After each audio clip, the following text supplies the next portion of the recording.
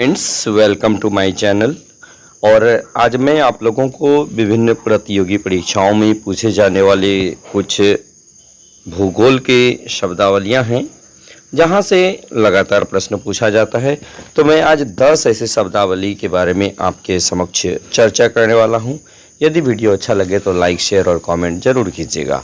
और यदि पहली बार हमारे चैनल पर आप आए हैं तो आप इसे सब्सक्राइब भी कर लीजिएगा और बेल आइकन दबा दीजिएगा ताकि आपको हमारा हर लेटेस्ट वीडियो आसानी से मिल सके। तो चलिए दोस्तों देखते हैं। पहला है लाल दानव। लाल दानव यानी कि रेड जाइंट, ये मृत्युन्मुख तारे होते हैं। जब किसी तारे में हाइड्रोजन घटने लगती है तो उनमें लालिमा दिखने लगती है, इसलिए इन्हें लाल दानव कहा जाता है। यानी कि लाल दानव क्या हो गया, ये मृत्युन्मुख यानी कि मृत्यु की ओर अग्रसर तारे होते हैं। जब किसी तारे में हाइड्रोजन घटने लगती है तो उनमें लालिमा दिखने लगती है, इसलिए इन्हें लाल दानव कहा जाता है। उसके बाद देखिएगा दूसरे नंबर पर है वामन तारे यानी ड्वार्फ स्टार्स। जिन तारों का प्रकाश सूर्य के प्रकाश से कम होता है उसे वामन तारे कहा जाता है। तो वामन तारे आपको समझ में आ गया होगा कि जिन तारों का प्रकाश सूर्य के प्रकाश से कम होता है उसे वामन तारे कहा जाता है, यानी ड्वार्फ स्टार्स कहा जाता है। तीसरे नंबर में आप देखिएगा युग्म तारे, जिसको बाइनरी स्टार्स कहते हैं। गुरुत्वाकर्षण से आपस में बंधे तारे जिनमें एक तारा सामान्यतः दूसरे की अपेक्षा मंद होता है, युग्म तारे कहलाते हैं। इसको एक बार फिर से देखा जाए कि गुरुत्वाकर्षण से आपस में बंधे तारे जिनमें एक तारा सामान्यतः दूसरे की अपेक्षा मंद होता है, युग्म तारे कहलाते हैं। और इसकी खोज मिजार या मिजार्ट ने किया था। चलिए नेक्स्ट देख लेते हैं नोवा।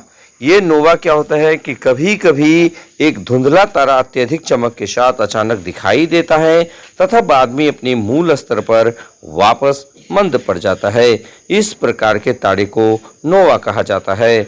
यानी कि कभी कभी एक धुंधला तारा क्या होता है कि अत्यधिक चमक के साथ अचानक दिखाई देता है तथा बाद में अपने मूल स्तर पर वापस मंद पड़ जाता है।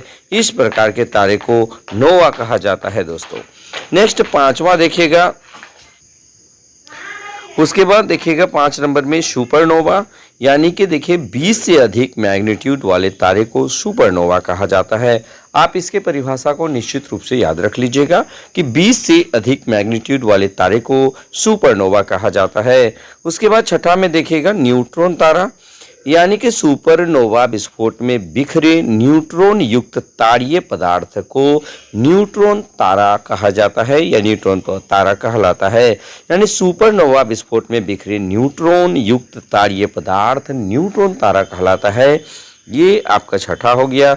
7वां नंबर पे देखिएगा क्वासर्स, यानी ब्रह्मांड में बिखरे अर्धतारीय पदार्थ जिनसे रेडियो तरंगें निकलती रहती है। इस प्रकार के तारे को क्वासर्स के नाम से जाना जाता है। उसके बाद 8 नंबर में देखिए कृष्ण विवर, जिसको हम लोग ब्लैक होल के नाम से भी जानते हैं। ये क्या होता है, जब किसी तारे का अंत होता है तो उसका भार सूर्य के भार से 3 गुना अधिक हो जाता है। गुरुत्वाकर्षण इतना अधिक हो जाता है कि प्रकाश भी इससे नहीं गुजर पाता है। इस प्रकार यह अंध क्षेत्र हो जाता है और इसको देखा नहीं जा सकता। इसे ही ब्लैक होल कहा जाता है। अमेरिका के भौतिक शास्त्री जॉन ए व्हीलर ने 1967-68 में सर्वप्रथम ब्लैक होल शब्द का प्रयोग किया था। बाद में भारत में से एस चंद्रशेखर ने इसका प्रयोग किया था। उसके बाद देखिए 9 नंबर में पल्सर, घूमते हुए न्यूट्रॉन तारा को पल्सर कहा जाता है, जो विद्युत चुंबकीय तरंगे छोड़ती है। उसके बाद देखिए आज का लास्ट सवाल है राशियां, यानी जॉयडिक साइंस। सूर्य की परिक्रमा करते समय पृथ्वी 12 नक्षत्र समूहों से होकर गुजरती है, जिन्हें राशियां कहा जाता है। तो इस प्रकार दोस्तों मैं आज मात्र 5 मिनट के अंदर, यानी मात्र 5 मिनट भी नहीं 4.5 मिनट के अंदर मैं आप लोगों को ये 10 ज्योग्राफी के टर्म्स जो हैं यानी भौगोलिक शब्दावलियाँ ये प्रस्तुत किया। यदि आप लोग को अच्छा लगे तो निश्चित रूप से इसे शेयर कर दीजिएगा। बस आज के वीडियो में इतना ही।